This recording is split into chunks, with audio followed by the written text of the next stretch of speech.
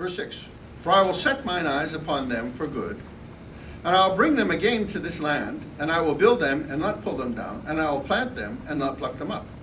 And I will give them an heart to know me, all very important, that I am the Lord, and they shall be my people, and I'll be their God, for they shall return unto me with their whole heart. So he's saying something interesting. He says, okay, this good bunch represents, the good figs you see, represent the people I'm taking out of here. And at first it doesn't make sense. So it's like, but what makes them good? What makes them better than the people staying? And he says, well, these people that I'm taking out, he says, I'm going to do good for them when I bring them out. He says that most important, verse 7, I will give them a heart to know me. Obviously, they didn't have a heart to know God. What is in people you can't tell by looking at them? Because we have layers of protection, layers of image that we portray to other people. So we're something at work, and we're something with our family, we're something with our friends, we're something with our parents, we're something with our children, we're something different in every situation. But God knows who we are.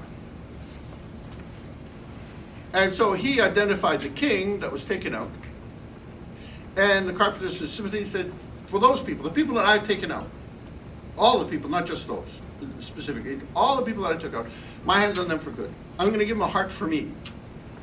The people I took out, I chose them. I chose those specifically. And I'm going to give them a heart for me, and I'm going to be good for them. And he says, they're going to be my people, I'm going to be their God. And they shall return unto me with their whole heart. It's interesting. And essentially, he's going to restore them. I will plant them and not pluck them up. So he says, even though I'm taking them out to replant them, and I'm going to bless them, and I'm going to give them a heart for me. So it's like, okay. Now I'm starting to understand. Good figs are people that he's going to do a work with. He's going to take them out of this situation. He's going to plant them in a different situation. He's going to give them a heart for God, and he's going to be their God, and they're going to be his people. I can understand that. Okay, that's the good figs. So, but what we don't quite understand is, why did he have to take them out of Jerusalem and plant them there? You say, okay, well, why can't you be good to me here? Because that's exactly what we're talking about. It's like, okay, this is a couple thousand years back. How does that pertain to me? Because God will transplant you. Okay? I got transplanted all the way from Canada. My wife all the way from Jamaica. Just for you!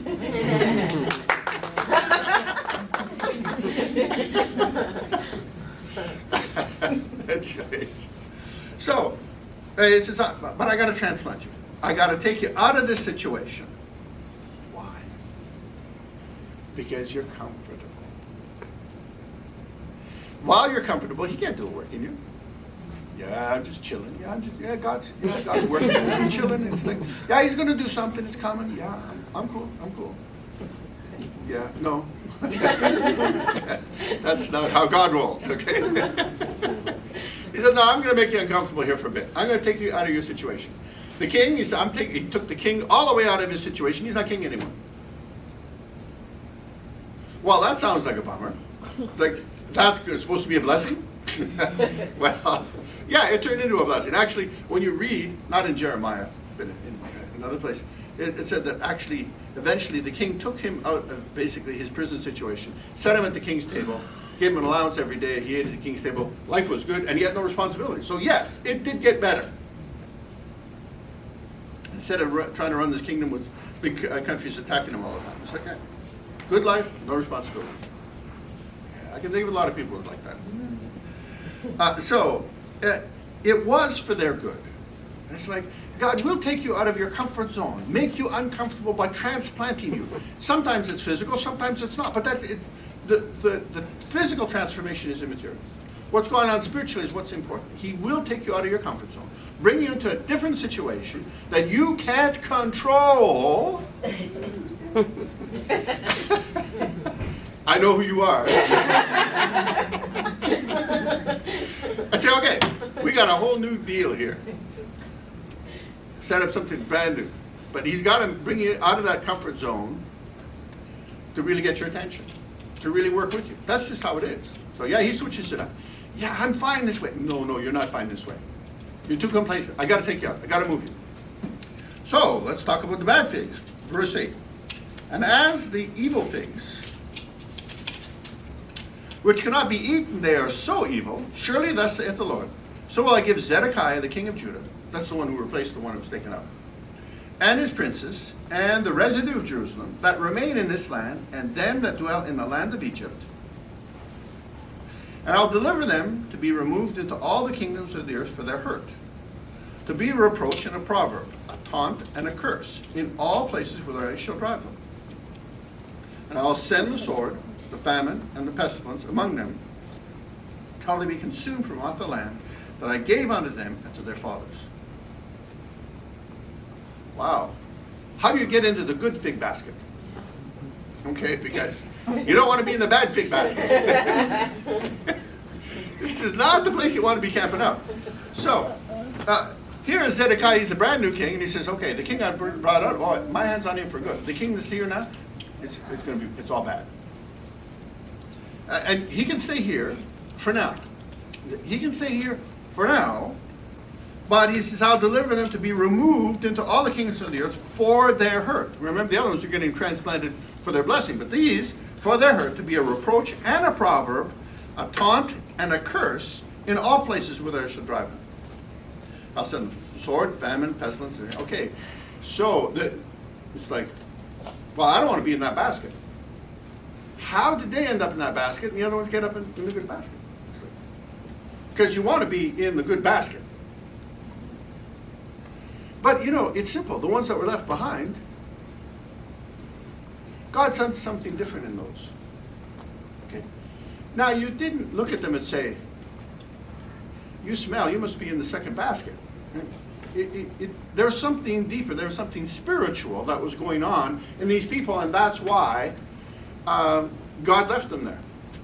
The ones he could work with, he took them out. He made them uncomfortable, put them in an uncomfortable situation, and he worked with them. And he blessed them. The ones he couldn't work with, he left them there. He left them there until the heathen came and hauled them away, and they became a curse. Now, like I said, you can't tell the difference between the people by looking at them. By talking to them, you couldn't tell the difference. But there was something inside of them. And what was the difference?